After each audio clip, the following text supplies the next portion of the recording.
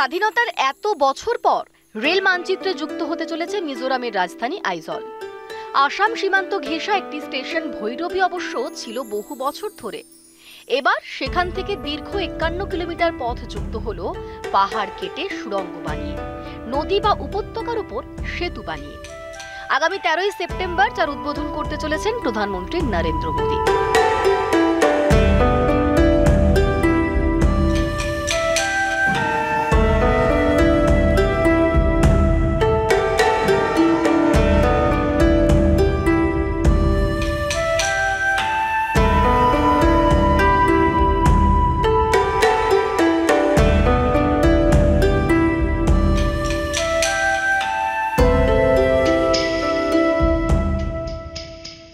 সাংরাই থেকে প্রত্যেক দিনই ট্রেন চালিয়ে আরও একবার করে পরীক্ষা করে দেখে নেওয়া হচ্ছে। আগামী দিনে অন্তত ডিসেম্বরের আগে এই উত্তর পূর্ব ভারতের রাজ্যতে এই রেলই ঘুরিয়ে দেবে হচ্ছে পর্যটন অর্থনীতি। আর সে কারণেই এই প্রকল্পের গুরুত্ব আরও অনেকটা বেশি করে বাড়তে চলেছে। একাধিক টানেল, একাধিক ব্রিজ পেরিয়ে পাহাড়ের মধ্যে দিয়ে ছুটবে হচ্ছে সাংরাই থেকে ভৈরবী, ভৈরবী থেকে সাংরাইয়ের মধ্যে ট্রেন, এবং তারই পরীক্ষা চলছে জোর কদমে প্রধানমন্ত্রীর উদ্বোধনের আগে।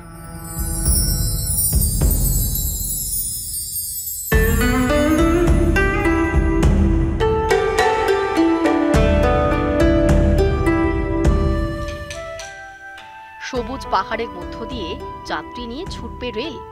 প্রকল্প শুরুর পরে দীর্ঘ 26 বছরের অপেক্ষা।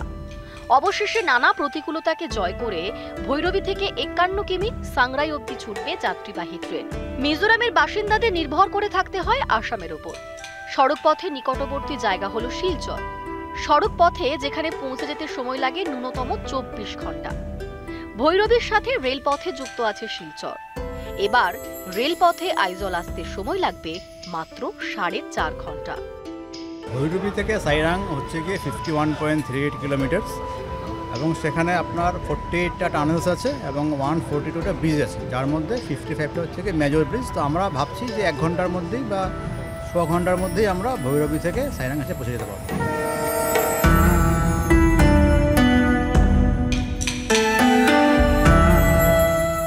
এই কঠিন ভৌগোলিক পরিবেশে কাজ করা যথেষ্ট চ্যালেঞ্জ ছিল। এই 51 কিমি নয়া পথে তৈরি হয়েছে 48টি টানেল, 142টি সেতু। এই 51 কিলোমিটার যাত্রাপথে দীর্ঘ 48টা টানেল রয়েছে, এবং এর মধ্যে বেশ কিছু টানেল রয়েছে যার দূরত্ব 2 কিলোমিটারের বেশি। আগামী দিনে ভারতীয় রেলের উত্তর পূর্ব সীমান্ত রেলের পরিকল্পনা হচ্ছে যে এই পথে যে ট্রেন চলবে তাতে ভিস্টাডোম কোচও থাকবে। ফলে পাহাড়ের প্রাকৃতিক সৌন্দর্য দেখার পাশাপাশি টানেলের চেহারাও ওই ভিস্টাডোম কোচে বসে দেখা যাবে। যে জায়গায় টানেলগুলি তৈরি করা হয়েছিল সেখানেও বিশেষ প্রযুক্তি ব্যবহার করা হয়েছে, তার কারণ এখানকার পাহাড় অত্যন্ত ভঙ্গুর। ফলে কোনো কারণে যদি প্রাকৃতিক বিপর্যয় হয় তাহলে টানেলের যে দেওয়াল সেই বিপর্যয় রোধ করার ক্ষেত্রে সক্ষম হবে, এবং সেই প্রযুক্তিকে মাথায় রেখেই এই প্রকল্পের যে কাজ হয়েছে, তার যে নকশা তৈরি করা হয়েছে সেটি সম্ভব হয়েছে। ফলে সে কারণে এই প্রকল্প শেষ করার ক্ষেত্রে বেশ কিছুটা সময়ও পেরিয়ে গিয়েছিল।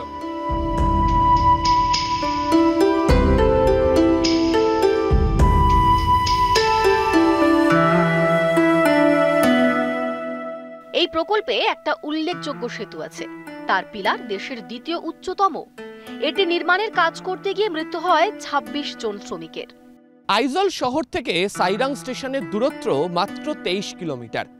আর এই সাইরাং স্টেশন থেকে ট্রেন যখন ভৈরবীর উদ্দেশ্যে যাত্রা করবে তখন প্রথমেই পড়বে হচ্ছে এই ব্রিজ, যে ব্রিজের পরিচয় রেলের ইঞ্জিনিয়ারদের কাছে ব্রিজ নাম্বার 196 নামে। তবে এই রেল ব্রিজের বিশেষত্ব অন্য। এই রেল ব্রিজের বিশেষত্ব হচ্ছে এই ব্রিজের মাঝে থাকা এই দুটো পিলার, যে টুইন পিলারের উচ্চতা 114 মিটার, যা কুতুব মিনারের তুলনায় 42 মিটার উঁচুতে। এবং আপনাদেরকে মনে করিয়ে দেওয়ার জন্য বলা, এই পিলার তৈরি করার সময়ই কয়েক বছর আগে একটি দুর্ঘটনা ঘটেছিল, যে দুর্ঘটনায় একাধিক শ্রমিকের মৃত্যু হয়েছিল। সেই শ্রমিকদের অনেকেই পশ্চিমবাংলারও বাসিন্দা ছিলেন। অবশেষে দেশের মধ্যে যে কতকগুলি রেল ব্রিজ বা পিলারের ক্ষেত্রে সুউচ্চ বা এই ধরনের উচ্চতা তৈরি করা হয়েছে, তার মধ্যে এই টুইন পিলারের নাম সবার প্রথম দিকে আসছে।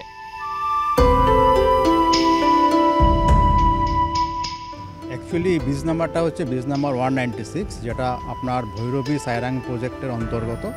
এই ব্রিজের বিশেষত্ব হচ্ছে এটার মাঝখানে যে পিলার আপনি দেখতে পাচ্ছেন, সেই পিলারটার হাইট হচ্ছে 114 মিটার্স, এবং এই পিলারটা এই আপনার এই প্রজেক্টের সবচেয়ে টলেস্ট পিলার্স, এবং সেটা কুতুব মিনার থেকে 42 মিটার্স বেশি।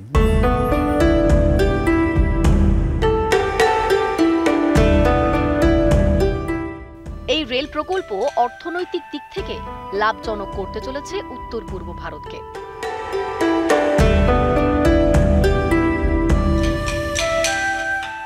শিলচর থেকে মিজোরামের আইজল পর্যন্ত আসার জন্য এখন ব্যবস্থা হয় বিমানপথে, নয়তো যদি আসতে হয় দেশের বিভিন্ন প্রান্ত থেকে তাহলে হচ্ছে সড়ক পথে।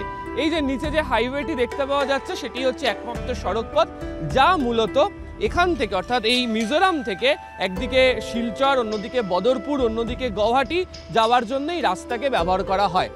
বছরের বিভিন্ন সময়তে এই রাস্তাতে যে ধরনের যানজট তৈরি হয় তাতে এই রাস্তা দিয়ে আসতে গেলে অন্তত নিকটবর্তী শিলচর থেকেই প্রায় 14 থেকে 16 ঘন্টা লেগে যায়। বর্ষাকালে হোক বা শীতকালে সেটা 24 থেকে 36 ঘন্টা পর্যন্ত তৈরি হয়ে যায়। ফলে বর্তমান অবস্থাতে দাঁড়িয়ে ভরসা হতে চলেছে এই ভারতীয় রেল। এই যে নতুন যে রেলের প্রকল্প ভৈরবী থেকে সাংলাই পর্যন্ত, সেই প্রকল্পের ক্ষেত্রে যে সুবিধা পাওয়া যাবে তাতে রাস্তাতে যাই যানজট হোক না কেন জাতীয় সড়কে একেবারে রেলে করে ভৈরবী পর্যন্ত চলে আসতে পারা যাবে, আইজল পর্যন্ত। ফলে এই জায়গা অর্থাৎ এই মিজোরামের রাজধানী আইজল, যা উত্তর পূর্ব ভারতের অন্যতম অর্থনৈতিক কেন্দ্র, সেখানে পণ্য পরিবহন করাটাও অনেক সুবিধা হতে চলেছে, এমনটাই জানাচ্ছেন উত্তর পূর্ব রেলের আধিকারিকরা।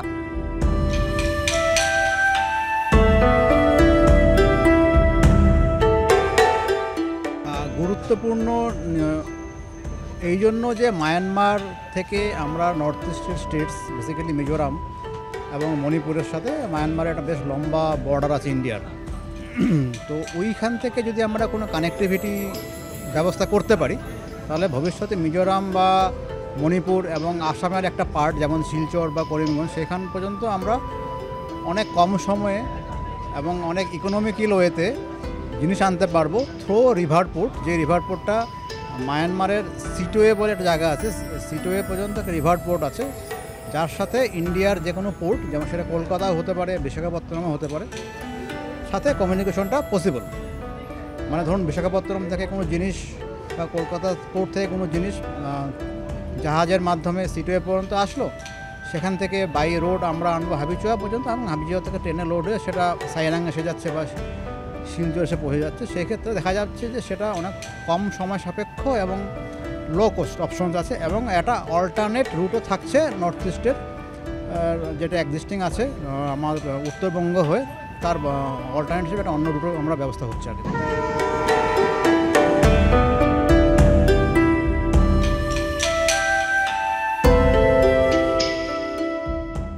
উত্তর পূর্ব ভারতের অন্যতম রাজ্য মিজোরামে একমাত্র স্টেশন ছিল এতদিন পর্যন্ত ভৈরবী।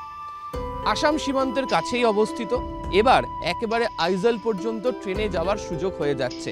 ফলে এই রাজ্যের যারা বাসিন্দারা রয়েছেন তারাও চাইছেন যে এখান থেকে আরও অনেক বেশি সংখ্যক ট্রেন চলাচল করুক, যাতে সেই রাজ্যের অর্থনীতির পথ অনেকটা বেশি সুগম হয়। ফলে ভারতীয় রেলের হাত ধরে মিজোরামের পর্যটন এবং অর্থনীতির যে চেহারা আমূল বদল হতে চলেছে তা মনে করছেন এখানকার বাসিন্দারাও। ক্যামেরায় কুণাল চৌধুরীর সাথে আবির ঘোষাল, নিউজ 18 বাংলা, মিজোরাম।